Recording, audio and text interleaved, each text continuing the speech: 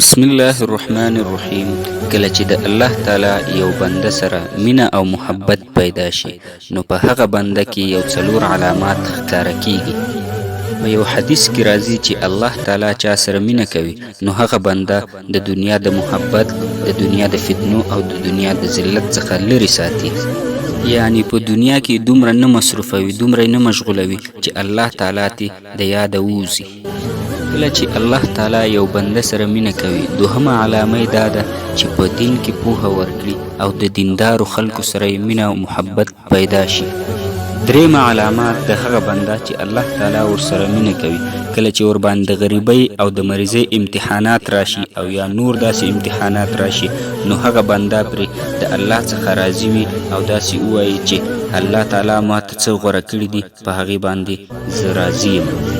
او څلورمه علامه د صبر ده.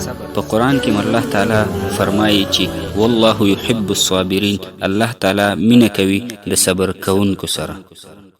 دغه څلور علامات چې په هر انسان کې موجود وي نو په دې پوه شئ چې د رب العالمین ورسره مینه او محبت دی.